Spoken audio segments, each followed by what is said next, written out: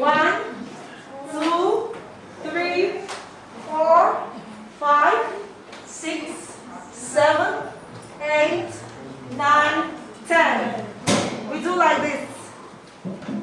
Dédier une journée mondiale pour l'hygiène menstruelle chaque 28 mai n'est pas anodin. Il fallait le faire. Dans la communauté, la problématique est assez taboue et pourtant elle relève des droits fondamentaux et biologiques de l'être humain.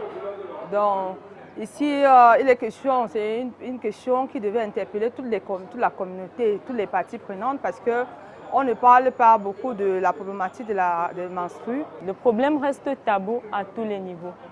Non seulement il est tabou, il y a une ignorance car on n'a pas le temps d'en parler. On n'a pas le temps d'en parler, on ne sait même pas de quoi il s'agit. Tout ce qu'on peut retenir, c'est qu'une femme saigne, s'il y a possibilité, elle peut s'en procurer des serviettes d'hygiène pour ceux qui sont dans des endroits développés. Mais pour ceux qui sont dans des milieux un peu ruraux, ils ont trop de problèmes. Car ils ne savent même pas comment aborder le sujet. Ce qui fait que dès qu'une fille est en menstruée, elle ne sait pas quoi faire, elle ne sait pas si elle doit se protéger ou pas. Alors elle fait avec des moyens qu'elle en a. Pour ce 28 mai, les bureaux du UNFPA ont servi de cadre à la tenue d'un talk avec les organisations de la société civile du domaine de la santé menstruelle et reproductive, en présence de Sissi Batou Hussein, représentante résidente de UNFPA au Cameroun. Ces dernières années, la santé menstruelle et la gestion de l'hygiène sont devenus un sujet central dans les milieux qui militent en faveur des filles, en faveur de la promotion des femmes. Ces représentants des organisations de la société civile ont été édifiés sur la gestion de l'hygiène menstruelle par Naomi Delmonte, représentante résidente adjointe de UNFPA, Zambo Bouchard, expert national JAR ONU Femmes, Madame Banamba, chef service de promotion de la femme et du genre au ministère de la promotion de la femme et de la famille, et Ornella Devinil, présidente de Vessel for Development. Bon, sur la photo là-bas, vous voyez Madame la présidente du Conseil national de la jeunesse et Monsieur le ministre de la fonction publique. Vous voyez, vous allez peut-être vous demander qu'est-ce que le ministre de la fonction publique peut bien faire sur une telle chose. C'est une affaire de tous. Ça doit être un sujet comme les autres, qu'on en parle à tout moment et que les autorités essayent de faire du porte-à-porte, qu'on ne se limite pas juste à la sensibilisation. Quand on a essayé de sensibiliser, nous sommes passés par les réseaux sociaux, mais le problème n'a pas changé. Car le problème vient même plus des parents.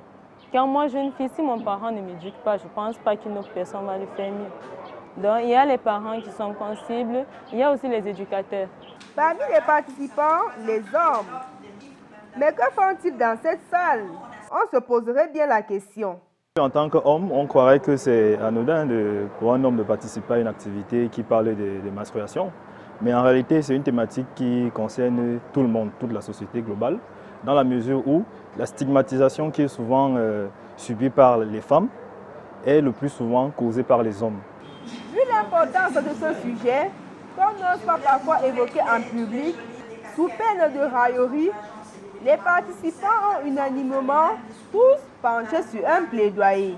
One of the resolutions that I have come to is that menstrual hygiene is an awareness for everybody.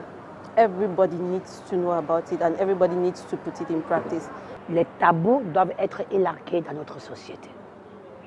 La jeune fille qui saigne ne devrait pas être considérée comme un monstre. Oui, c'est un droit, c'est une fierté de sa vitalité. Elle entre dans un cycle de maturité. Deuxièmement, nous voulons que les politiques publiques intègrent la question d'hygiène menstruelle.